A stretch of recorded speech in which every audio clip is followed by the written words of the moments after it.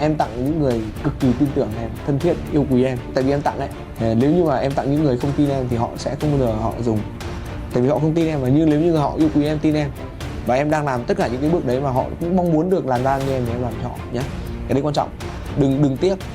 Cái này nó không có sai, không có đúng, và cái này nó liên quan đến cái sự cho đi của em. Em dám cho đi như vậy thì chắc chắn là em thành công. Miễn phí cho em nhé. Sản phẩm mình đã tự tin nó là số 1 rồi đúng không? Mình đã là tự tin là số 1 thì bây giờ mình chỉ làm thế nào để cho họ dùng sản phẩm của mình thôi. Cách tốt nhất là tặng mà người ta không dùng, tặng người ta không lấy thì bán làm sao người ta mua được. Nên là muốn bán thì phải tặng trước đã.